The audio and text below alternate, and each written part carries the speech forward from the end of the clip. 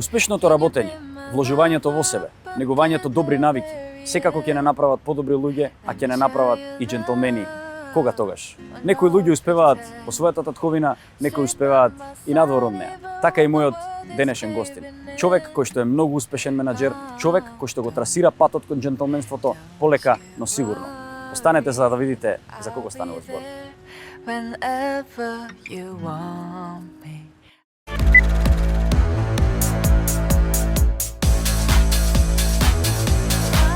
Somebody who can love me and my words.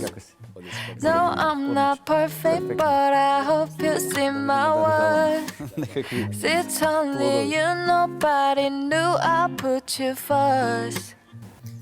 Кога си во трка со времето и кога сакаш да снимаш успешен и млад менаџер, мора тоа да го направиш и да се прилагоди според неговите потреби. Ние сме во еден прекрасен затворен простор, но имаме една прекрасна маслина која што ни шири кислород и мислам дека многу убаво ќе си поминеме денес. Станува збор за еден од поуспешните млади менаџери кај нас, а тоа е Филип Димитровски, човек кој што има повеќе титули од кралицата, и за да не утнам некоја, јас морам да се потсетам многу убаво, па одиме вака. Го знаеме како коосновач и генерален менаџер на финансиско друштво Tigo Finance, број 1 финансиско друштво во нашата држава. Председател на Асоциацијата на финансиски друштва, подпредседател е на групацијата на финансиски друштва во рамки на Стопанската комора на Македонија, коосновач на Екомагија, ангел, инвестор и консултант во рамки на СИИД Македонија, предавач и бизнис консултант, активно ангажиран и во инвестирањето во недвижности, и тука ќе ставам 3 точки затоа што навистина овие титули одат се подлабоко и се надевам дека ќе се прошируваат во текот на годините. Добре ми дојде. Добре ме најдов. Ова сето што го набројав е еден рецепт за успех, едно признание за тоа дека навистина си успешен. Па прво прашање би било како се стане успешен, бе човек? Кажи, дај малку сподели како одат тие работи. Така, Жаре, ти благодарам на поканата пред се и за најавата во секој случај. Многу ти е добро прашањето, на место е, и колку би биле ние среќни кога би имало една формула или тајна за успех. Нажалост, одговорно тврдам дека формула или тајна нема. Меѓутоа, она што можам да го издвоам како можеби најбитни сегменти или темели за тоа како се станува успешен човек, пред себе направил осврт за тоа дека човек треба да биде оптимист во срце. Зашто оптимист? Бидејќи сите ние имаме, особено во денешно време, пристап до литература, пристап до неограничени информации каде што можеме да научиме како се подобруваме и усовршуваме. На крајот на денот треба да бидеме оптимисти затоа што треба да дозволиме на некој начин и промената да се случи кај самите нас. Во продолжение, она што ќе биде ставено на тест на тоа патешествие кон успехот, бидејќи јас успехот не го гледам како крајна дестинација, но сметам дека е патување. Сега во тоа патување на тест, она што ќе биде ставено е издржливоста и упорноста на индивидуата.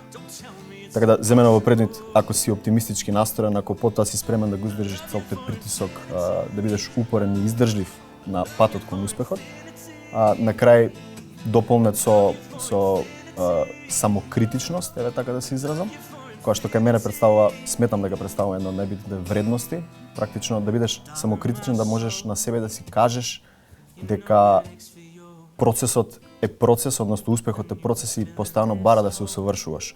Не можеш да стигнеш до одредена точка и да кажеш окей, стигнав тука и тоа е тоа. Постојано треба да се надградуваш. Се сложувам, тоа е еден маратон, не е трка на 100 метри, него е маратон. Убави дефиниции во секој случај, како дефиниции звучи од книга извлечени, мислам дека има тука многу да се учи од тие работи што ги каже. Преминав на ти затоа што и со години сме тука некаде и пред да почне емисијата доволно се помуабетивме за да бидеме на тоа ниво. Конкретно во твојот случај, кога ќе се свртиш наназад до сега што имаш постигнато, што било клучно за постигнување на овој успех? Да, тоа бара да направиме еден краток осврт сепак на кариерниот развој. Ќе почнеме од моментот кога јас завршив со студиите на коледж. Имав луксус, ќе се изразам така, луксус да започнам со кариерата во Обединетото кралство. Што значеше тоа за мене? Тоа значеше една нова средина надвор од комфорт зоната, впрочем. Меѓутоа, средина во која што во тој момент се обидував да си го најдам местото, да најдам работа, по неколку неуспешни обиди, станав дел од една организација наречена Маркс и Спенсер, светски реномирана компанија и позната. Во рамки на таа компанија се отвори еден нов логистички модерен дистрибутивен центар, во кој што јас започнав со наједноставни таскови и обврски. Меѓутоа, набрзо потоа успеав да се протнам нагоре низ Синџирот, во смисла да аплицирам на тие интерни проекти. И она што беше за мене олицетворение е што запознав еден искусен англиски менаџер. Зашто го кажувам и искрен да бидам, ова е нешто што моите колеги, пријатели го имаат слушнато многу пати. Меѓутоа, искусен менаџер кој што на мене ми овозможил да видам што значи менаџирање од позиција на мотивација и инспирација. Ова е пресудно и сметам клучно во мојата кариера, бидејќи после година и пол работа на тоа искуство, јас видов како е да се биде во челите на човек над кој што е менаџиран од позиција на мотивација и инспирација и какви резултати јас продуцирам. Следствено на тоа, следното искуство, повторно надвор од комфорт зоната, искуство во соседна Република Србија, каде што станав дел од една брокерска куќа во која што таму пак спротивно на тој модерен и западњачки систем на действување, делување, менаџирање, всушност таму беше како да се биде во челите на човек над кој што се менаџира од позиција на сила или моќ. И сега нема да кажам дека едно искуство е побитно од другото, двете се подеднако битни затоа што имаш прилика да видиш како се чувствуваш во челите на човек над кој што е менаџиран од позиција на инспирација и мотивација, но и во челите на човек од кој што е менаџиран од позиција на сила. И сега пристапот мој нормално е прилагоден кон тој западњачки систем каде што јас се обидувам кај луѓето да внесам поттик да одредена работа биде завршена. Меѓутоа, тука можеби ќе дојдеме до дефиницијата на тоа што е менаџер, тоа е сепак личност која што ќе се обиде да го помине патот или да ја однесе организацијата, тимот до целта, меѓутоа сепак на најефикасниот начин. Од прилика краткиот осврт на кариерата е ова што го кажав до сега, меѓутоа тука вреди да се напомени и домашната култура, домашното возбитување. Значи јас имам родители на кои што сум особено горд, мораме да го споменеме тоа. Особено горд затоа што да не биле вредностите кои што тие ми дозволиле да ги изградам или тие ми ги наметнале условно кажано, јас не би бил она што би бил денес. Значи тука зборуваме за повторно самокритичноста и можноста да не се лажеш себе си. Бидејќи јас она што го гледам, нажалост, во секојдневието, дека луѓето успеваат да се убедат во една поинаква перспектива, иако знаат свесно дека тоа не е точно што го прават. На крај, она што мислам дека ќе биде интересно да го предискутираме е фактот што Филип не верува во среќа.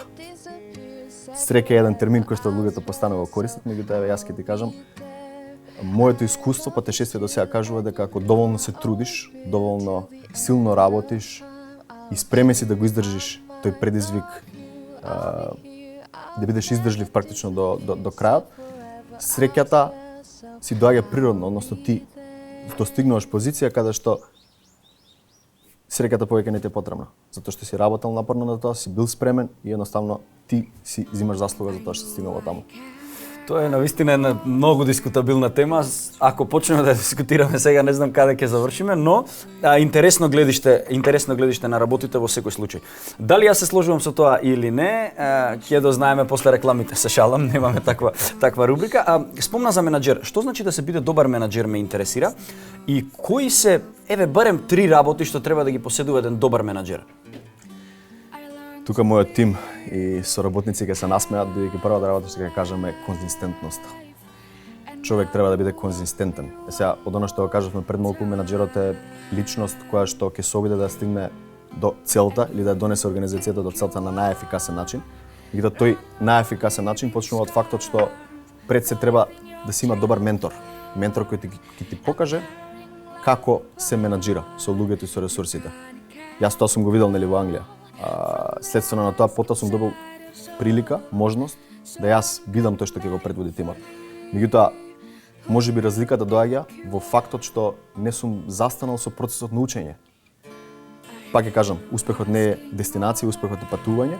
Добар менаџер треба да биде свесен, самокритичен, треба да биде конзистентен, дека постојано има простор за напредување и усовршување. Тоа може да е во вид на обука, може да биде во вид на поинаков систем, меѓутоа ако зборуваме за обуките, добар менаџер кај нас сум приметил дека иако јас ги знам модерните практики од Англија, Обединетото кралство, сепак не можам да кажам дека тоа 100% одговара.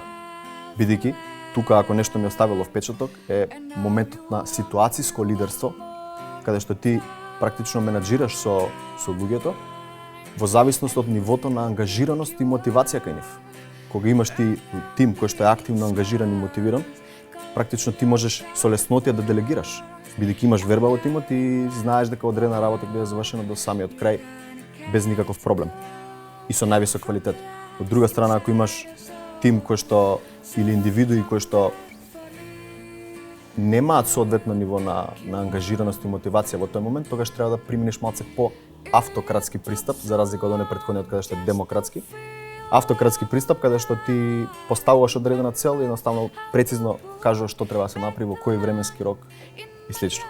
Да, а кога станува збор за филантропската култура во Македонија зборувам, колку сметаш дека е развиена филантропската култура, прво, и второ, под прашање, додека сме на истата тема, дали сметаш дека бизнисмените доволно вложуваат во општеството, дали се општествено одговорни? Прашање на место, а пред да одговорам, ајде можеби да зборнеме околу тоа како е општата формулација или општо прифатена формулација на филантроп. Некако луѓето, барем според мене, првата асоциација која што им даѓа е секогаш финансиската моќ. Донацијата од финансиски аспект. Сепак, јас малце поинаку гледам на нештата. Филантроп е секој оној кој што е спремен да го стави своето искуство, своето време и своите вештини на располагање за општеството со цел да придонесе. Да. И сега, кога зборуваме за еден таков процес, филантропството може да се развива дополнително, далеко од тоа дека е најразвиено колку што може во моментов, меѓутоа не мора да се гледа секогаш од позиција на финансиска моќ или финансиска донација. Еве да дадам еден по можеби основен пример, да се биде предавач, да се биде гостин, каде што можеш да ги поттикнеш особено младите генерации, да им споделиш знаење, вештини, талент и слично, да на тој начин делуваш и на тој начин ти придонесеш општеството да се развива. Што е доста точно. Сега бизнисмените, да одговорам и на второто прашање, бизнисмените во Македонија се фокусираат на филантропство, не велам не, дали може да се развива, секако да, меѓутоа бизнисмените треба да сватат дека промената доаѓа од самите нив. Ние можеме да зборуваме како тука нештата не функционираат, како тука одредени работи треба да се подобрат. Меѓутоа наместо да зборуваме, можеби треба и да делуваме. И сега во процесот на делување, особено тие што имаат што да кажат, особено тие што имаат што да пренесат како знаење, доколку тоа го направат, тогаш можеме да очекуваме развој на филантропството. И јас би се сложил тука дека да, тргнато е, но не е доволно развиено, мислам, свеста, филантропската свест во Македонија не е доволно развиена, но сме на добар пат тоа да биде обелоденето и да биде убаво и на едно високо ниво. Цело време зборуваме за една работа, а успехот е поврзан и со приватното. Успехот е поврзан и со фамилијата. Како Филип успева да го направи балансот помеѓу едното и другото? Предизвик. Често и не успева, да бидеме искрени, брутално искрени. Балансот помеѓу приватните обврски и работата, можеби вака најлесен совет би бил да се применат одредени алатки кои што ги применуваме во деловниот свет, со цел подобро да се организираме и приватното време. Најосновен пример ќе биде можеби календарот, можеби листата на активности кои што доколку ги правиме на неделна основа како што јас ги правам, овозможуваат да видиш колку време имаш на располагање за да си го испланираш и приватното време. Во мојава ситуација, јас најинтересно што можам да го споделам е дека спортската активност или активноста во која што уживам, која што ја гледам како некој вид на терапија, ја правам во утринските часови. Секогаш е веднаш после станување, односно меѓу 6 и 7 часот наутро. Зашто? Бидејќи тој процес на спортување или будење на организмот, потоа ќе ми биде исклучително важен кога ќе преминам на професионалните активности на деловниот свет, затоа што таму фокусот е особено битен и кога ти од почетокот на денот ќе поставиш еден ритам на срце, ритам на тело, ритам на мозок, потоа тој ритам можеш едноставно да го имплементираш во деловниот свет и да бидеш сигурен дека си најфокусиран колку што можеш. Сега, приватните обврски секојдневно ги имаме, не можеме да бегаме од нив. Приватните обврски јас ги оставам за втората половина, втората етапа во денот, каде што точно енергијата можеби опаѓа во одреден момент, меѓутоа по друга страна приватните активности нели најчесто не бараат кој знае каква енергија. Како се опушташ навечер? Знаеш ли да се напиеш некој добар алкохолен пијалок и не музика, книга. Како функционира тоа? Како изгледа тоа? Мислам дека е добро да признаеме дека менаџер кој што брка кариера, кој што е во постојана трка со времето, исто така не може секогаш да се пофали дека попладневните часови секогаш се ставени на располагање за уживање. Така да следствено на тоа можеби причината е тоа што јас спортската активност се ставам на почетокот на денот. Затоа што на тој начин не ја загрозувам дали ќе се оствари или не. Така. Меѓутоа, во денови кога завршувам малце порано со планираните активности во деловниот свет, она што особено ме опушта е слушање на музика преку плоча од грамофон. Тоа е некој хоби од неодамна кое што го истражив, почнувам да се заљубувам во истото, да се разбереме, не сум експерт во музиката. Имам некои ограничени познавања, меѓутоа музиката која што ме опушта е сол или џез музика. Уживам во добра чаша црвено вино. Зашто црвено не би знал? Едноставно слушањето на квалитетна музика преку тој старомоден, примитивен начин е причината можеби што толку уживам во музиката. Нормално некогаш тука знаеме да вклучиме и пура или луле, меѓутоа тоа се случува поретко. Многу интересно. А кога ме интересира затоа што каже дека си доста ранобуден, кога запаѓаш во сон, кога одиш да спиеш? Како функционира тоа? 10:30, 11 часот. Да, тоа е тоа, значи. Можеме и подоцна да станеме, не е проблем, меѓутоа после не можеш да очекуваш дека континуитетот Да. ќе следи во наредните денови. Значи еден буквално полн пакет на успешен и млад менаџер. Знаеш, моето претходно работно искуство во тие проевропски држави, всушност ми дозволи да видам дека таму луѓето, за разлика од нас, имаат многу помалце време за социализација.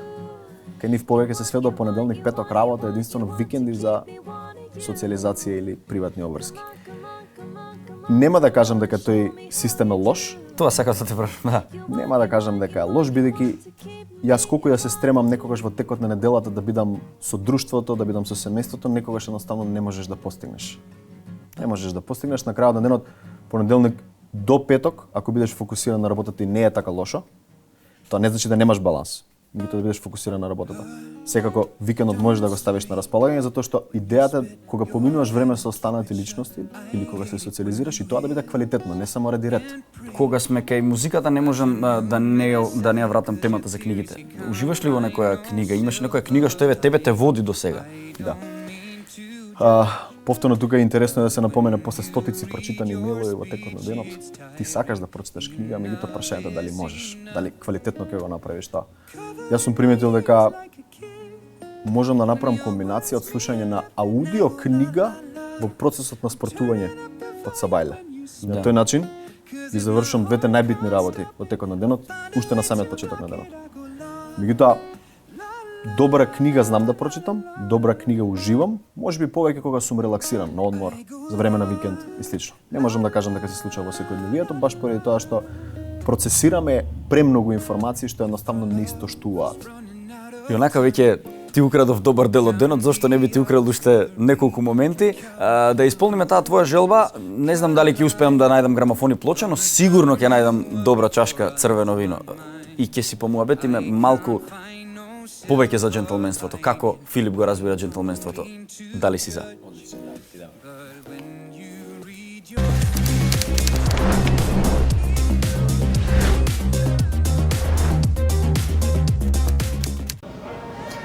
Пет работи без кои не можам. Мојата чанта, бидејќи во неа се моите 5 работи, секако повеќе се од 5, но ти основните. Секако, шега на страна, не можам без моето семејство, вистина ми се најбитната работа во денот, да ги видам, да ги чујам, така да таа е основната работа во денот која ми треба најмногу.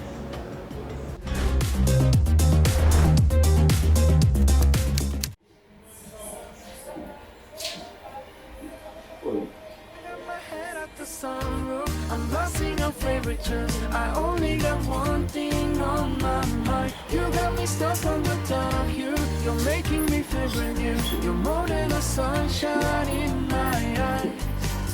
You got those pretty eyes in your head. Повели, сега си ти мој гостин тука и како што ветив, така и остварувам. Црвено вино по твој избор. На здравје. На здравје, Негре.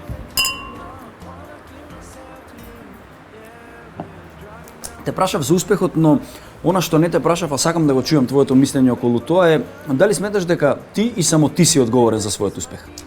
Апсолутно не жара. За свириш една симфонија потребен е цел оркестар. Јас во тоа верувам, а практично јас не би бил она што сум денес да не е цел тим во позадина кој што го сочинува тој оркестар. Така да успехот може да го постигнеш, меѓутоа ти треба успешен човек до тебе. Дефинитивно еден тим кој што ќе те поддржи во целото тоа. А кога станува збор за успехот, не можам да не се навратам на темата книги, затоа што нели тие се она клучно така да што е запишано нешто, а треба да се прочита и меѓу редови. Имаш ли книга што би ја препорачал, која што сакаш да ја препорачаш можеби? Така да, одлично прашање. Имам прочитано доста книги, меѓутоа интересното е можеби да отворим дискусијата во таа насока дека сите оние книги што се за личен развој, всушност тенденцијата е веќе дека сите тие комуницираат една иста приказна, само е раскажана од различна перспектива. Така е. И сега, затоа јас одлучив да споделам можеби 3 книги, кои што сметам дека се основата, кои што исто така се многу промовирани, познати и слично. Меѓутоа не е интенцијата да бидат само споменатите испромовирани, него да малце се осврнеме на тоа од каде почнало се. Така да првата книга што ќе ја споделам е Think and Grow Rich од страна на Наполеон Хил. Зашто? Прво, треба да се знае дека таа книга е базирана на реални интервјуа со тогашните најбогати луѓе на планетата направена. Да, можеби книгата е од пред X години, X декади, меѓутоа на тоа нема никакво влијание затоа што книгата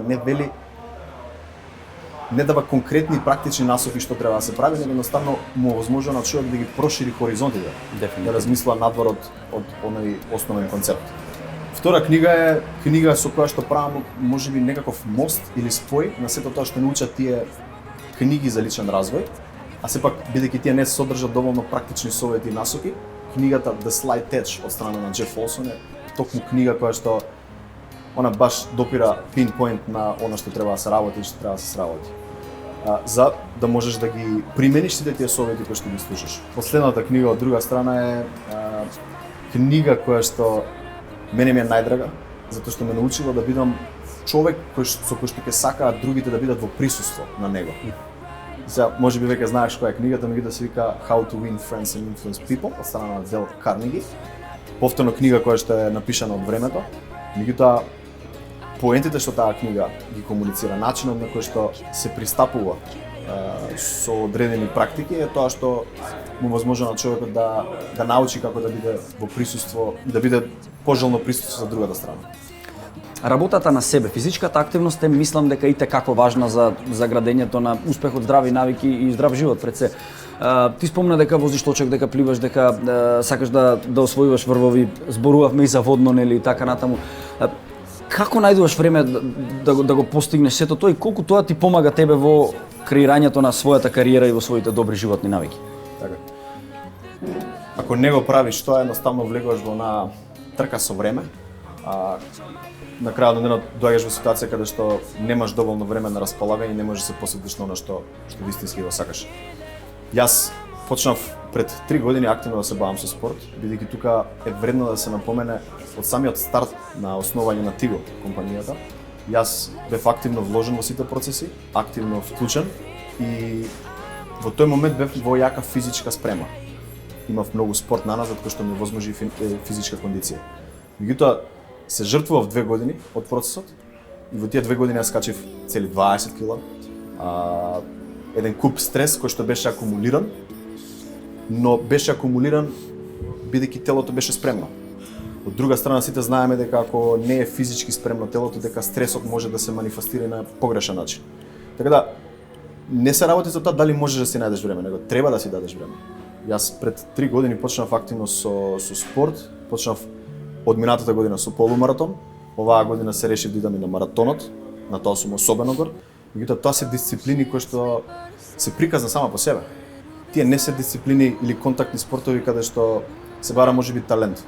Тука не се бара талент, тука се бара стратегија и издржливост, особено маратонот. Маратонот беше за мене на посебна дисциплина во која што јас лично се чувствувам дека се надминав себе си. Зашто? Бидејќи тие 42 километри истрчани. Чувството после тие 42 километри е неопишливо. Сега, јас лично се спремав околу 2 до 3 месеци за тој маратон, иако претходно бев во добра физичка спрема и кондиција. Меѓутоа поентата после трчање на маратонот иде да можеш да продолжиш да продолжиш со денот. Да, не е едноставно да легнеш после неколку да, дена да. во кревет, нели да со запалење и слично. Не можам тука да не го поврзам прашањето околу ризикот, затоа што сето тоа носи одредени ризици, што во приватниот, што во деловниот живот. Колку сметаш, мојата омилена поговорка, дека без ризик нема награда? Колку сметаш дека тоа е така? Што мислиш ти за ризикот? Апсолутно се согласувам. Без ризик не се може. Зашто? Ризикот е присутен во приватниот и деловниот свет постојано, меѓутоа се сведува на тоа колку добро ти можеш да го минимизираш истиот. Не за секоја одлука е потребна експертиза. Со други зборови, најчесто е потребно едноставно логично резонирање, согледување на фактите, на бројките, на фидбекот од колегите, фидбекот од пријателите, фидбекот од клиентите. Сите тие работи во пакет ти возможуваат да донесеш одлука. Сега менаџерот, тоа не е денешната дискусија, ја има најубавата работа на цел свет, меѓутоа и најмалце благодарната работа на цел свет. Зашто? Во услови кога ризикот бил оправдан, компанијата, организацијата просперирала, тогаш е се супер. Меѓутоа во услови кога ризикот не влијал позитивно на исходот, тогаш доаѓаме до ситуација каде што менаџерот треба да има доблест, да признае вина, да знае да се повлече во одредена ситуација. Затоа што нели од грешките се расте. Од грешки. Тоа е дефинитивно. Кога направивме едно убаво затварање на кругот околу сите овие работи, сега ќе те прашам што за тебе претставува поимот джентлмен? Човек кој што е опериран од его како прва работа. Зашто? Човек кој што живее вредности кои што наложуваат да ти останатите луѓе ги почитуваш и ги третираш со еднаков третман како и успешните, и неуспешните, и образованите и необразованите. Така да процесот во кој што човекот останува рамнодушен, останува со еднаков третман кон сите, при тоа покажува високо ниво на манири, култура, етика, интегритет. Тоа е за мене джентлменство. Што би требало да поседува еден маж за да биде джентлмен, освен овие работи во секојдневниот живот, да кажем? Биде активен слушател. Многу малце луѓе околу мене, нажалост, забележувам дека имаат можност или вештина да активно слушаат. Најчесто најбитните работи се кажани, меѓутоа воедно и пропуштени, затоа што на другата страна немало активен слушател. На страна од културата и манирите што треба джентлмен, тоест мажот да ги има за да биде джентлмен. Мажот можеби треба да си дозволи понекогаш да биде наивен, да си дозволи понекогаш да биде во втор план ставен. Да не дозволи при тоа да биде навреден, деградиран или слично, но од друга страна да даде предност. Моментот на давање предност и едноставно овозможување на другата страна да просперира или да дојде до израз. Да. Тоа е джентлменство. Да се отстапи простор со други зборови, што Така. е многу точно. Кажи ми, што смета Филип, тој што сметаш ти дека се вистински вредности? Кои се вистинските вредности според тебе во животот? Вистинските вредности јас ги наоѓам во се што е нематеријално. Зашто? Љубовта, здравието, дружењето, сите тие се нематеријални работи кои што благодарение на семејството во кое што сум израснат, сум научил да ги ценам и сум сфатил дека тие се тие работи без кои што не можеш. Постојат и материјални вредности, да се разбереме. Сите уживаме во нив. Да. Меѓутоа, тука започнува една трка во која што во некоја мера преовладува понекогаш и алчноста. Кога ќе купиш кола која што ти допаѓа, после првиот месец ти веќе сакаш друга кола. И било кој друг материјален предмет. Така да, тие се вистинските вредности. Од друга страна, во ниеден момент не сметам дека не треба да се има љубов кон останати материјални работи, меѓутоа сето тоа да биде направено на начин кој што не создава завист или едноставно не те поттикнува тебе да бидеш поинаква верзија од тоа како што треба да бидеш. Треба да дадеш добар пример. Во секој случај. А пример нели даваме секогаш на општеството, што јас кажувам на помладите. Што е моето следно прашање. Според мене мислам дека се помалку младите ги препознаваат оние вистински вредности, ги негуваат оние добри навики, Дали ќе се сложиш со мене или ќе ме демантираш по ова тврдење? Може би се должи на моментот што темпото на живот е за нијанса побрзо тоа што било порано, од тоа што било за нашите родители. Не би рекол дека родителите во денешно време се помалку добри, меѓутоа би рекол дека имаат можеби помалку време на располагање. Од друга страна се ослонуваат на во најмала мера образовните институции. Така да би рекол дека можеме да влијаеме, можеме да делуваме, можеме да го подобриме сето тоа, но треба да почнеме од најраната возраст, да почнеме од образовните институции каде што со децата ќе работиме малце потесно, ќе работиме повнимателно и ќе дедицираме доволно ресурси за секој дете да има доволно внимание. Така да мислам дека ти одговорив на прашањето, Да. дека така замислувам дека можеме да подобриме таа сфера. Тоа е и една одлика на джентлмените, биди ти добар за да и другите бидат добри гледајќи Може би кај со тебе. оваа емисија ние ќе поттикнеме кај одредени помлади гледачи да тие чувствуваат дека ова е исправниот начин. Да, сигурно ќе поттикнеме и сум, можам да кажам и горд на тоа. Во изминатиот период имаше една обука на која што присуствував од страна на професор на економски факултет кој што исклучително го почитувам. Се зборуваше за ангажираноста на вработените или ангажираноста кај младите. Всушност во овој животен век кој што се наоѓа моментално нашите генерации е сосема нормално можеби во еден животен циклус да променат 5 до 6 работни места ако не и повеќе. Меѓутоа, она што следува допрва е младите да менуваат повеќе од 15 работни места во еден животен циклус.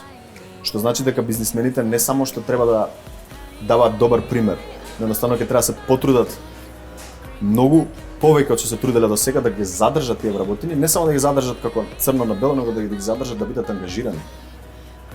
Без тоа нема успех. И да ги мотивираат, значи од друга Така е. страна. Кажи ми, можеш ли да се сетиш кој е најдобриот совет што си го добил до сега? Слушай, јас тука ќе споделам два одговори. Едниот одговор е од една ваша емисија, изминатите епизоди, каде што еден човек кажа спротивноста на храброста не е стравот. Спротивноста на храброста е комфортот. Така да јас живеам по таа дефиниција. Тоа беше втората работа, меѓутоа сепак првата, онаа што ми е најбитна е што е твојата парадигма и како ти влиеш да таа парадигма се измени. Не знам колку луѓе би знаеле што е парадигмата, меѓутоа парадигмата е она што ти е наметнато од општеството. Она кое што ти го очекуваш и веруваш дека ти го заслужуваш и дека може да се случи заради околината и општеството во кое што живееш. Така да промената на парадигмата кај мене се случи во Англија, бидејќи јас заклучив дека јас не морам да бидам и да располагам со успеси какви што се кај нас вообичаени. Бидејќи во Англија тоа што е вообичаено е далеку повисоко од тоа што е вообичаено кај нас. Не се работи само за можностите, се работи за стремежот. Така да тие се тие работи што би ги акцентирал. Кога сме веќе, го спомнавме тој стремеж, какви се плановите во иднина кај Филип? Си правиш ли такви работи by the book, ќе кажам, но тоа е тоа уствари што не движи напред, каде се гледаме за 5 години, каде се гледаме за 10 години. Го правиш ли тоа и можеш ли да споделиш што се твоите планови за понатаму? Апсолутно. Сметам дека секој човек треба да си овозможи на себе си да планира нанапред. Не е можеби пресуден период, дали е година, дали е 5, дали се 10 години. Меѓутоа кога имаш план, кога визионираш целта, кога работиш напорно мислата, едноставно нема начин да не успееш.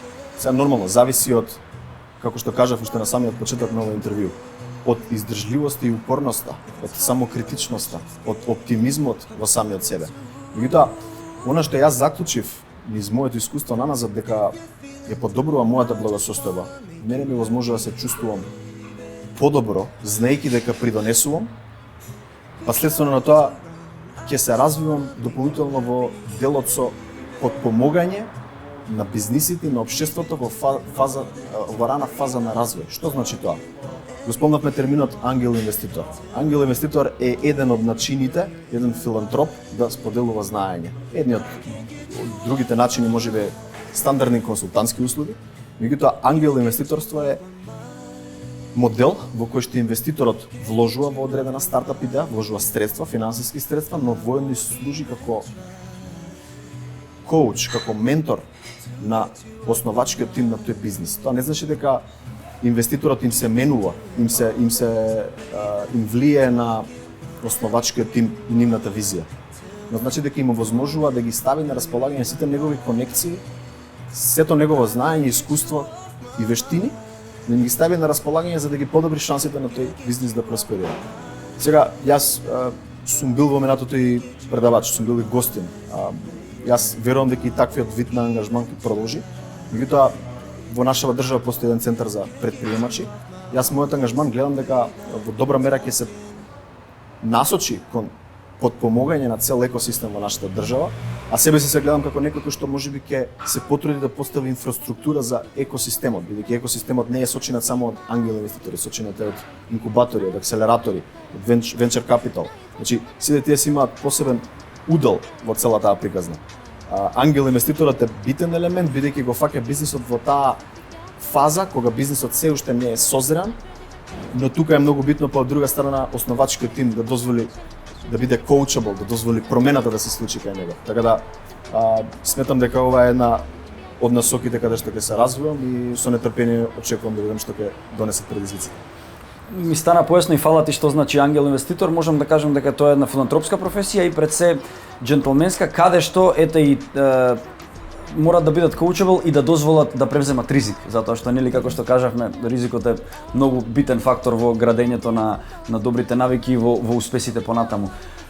Ќе ти кажам едно огромно благодарам пред се што ми беше гостин, уште поголемо благодарам за сето ова што го правиш, затоа што колку имаме повеќе вака млади луѓе кои што се стремат да го направат светот подобро место за живење, толку самиот свет ќе биде подобро место за живење и ќе наздравам во тоа име. Ти благодарам, Жаре, многу на поканата. Уживав во оваа емисија. И јас уживав, верувам ми.